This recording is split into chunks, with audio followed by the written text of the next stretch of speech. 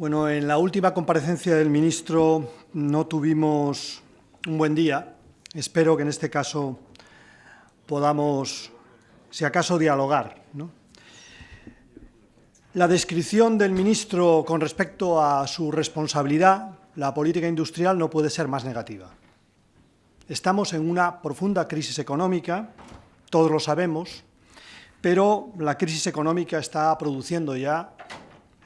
afectando ya a nuestro tejido industrial de manera muy relevante, en palabras del propio señor ministro.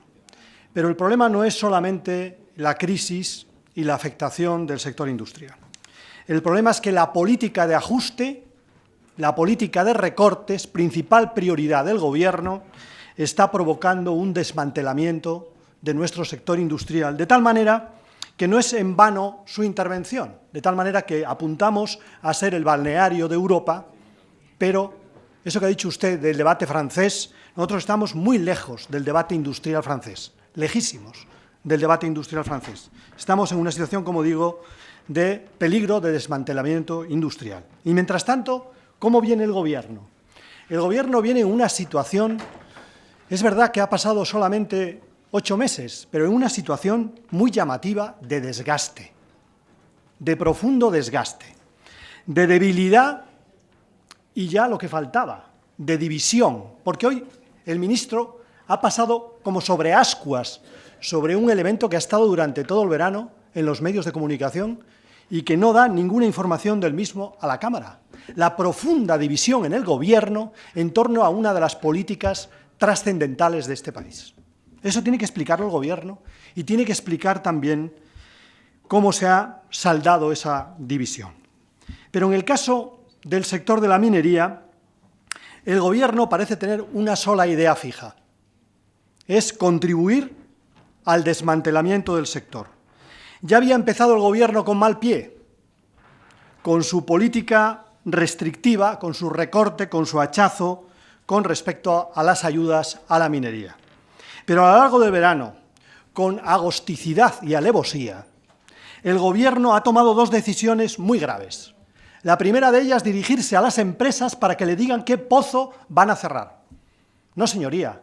El planteamiento es un planteamiento dogmático que interpreta la legislación europea. ¿Por qué no hablar del conjunto del sector y de aquellas explotaciones que van a sufrir un proceso de cierre y no plantear, al contrario, como plantea el Gobierno, una medida mucho más dura, como es que empresa por empresa se pongan encima de la mesa los cierres, en una carta inédita del Gobierno a las empresas mineras?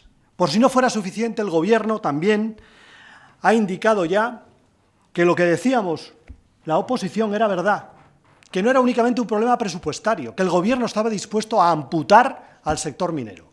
Ha dicho ya que el recorte sobre las previsiones del plan para 2012 es del 46%, casi el 50% de la minería española, que no sabemos cómo se va a suplir ese importante recorte, nos lo imaginamos, en el balance energético de este país, seguramente con minería de importación.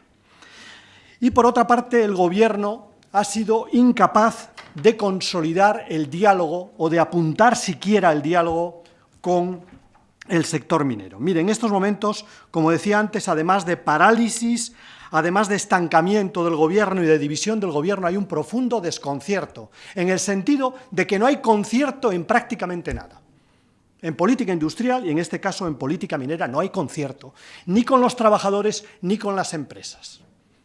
¿Cómo van a aparecer nuevos sectores económicos? ¿Cómo va a haber una política industrial en nuevos sectores si en los sectores existentes el Gobierno no tiene orden ni tiene concierto?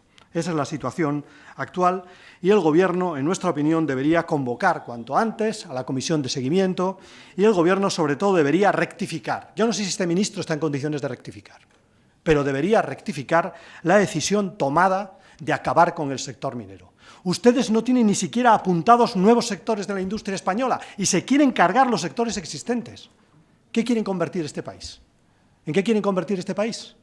¿En un país balneario de bajos salarios y pobreza económica? ¿Ese es el futuro de este país? yo creo que no se lo merecen los ciudadanos y ustedes ni sirven a los trabajadores ni sirven a los ciudadanos y da la impresión de que están sirviendo únicamente a la política de ajustes del sector financiero y algunas veces, no sabemos bien a cuáles, a algunas políticas eléctricas y a algunas empresas eléctricas. Incluso algunas veces fotocopiando los propios documentos de las empresas eléctricas.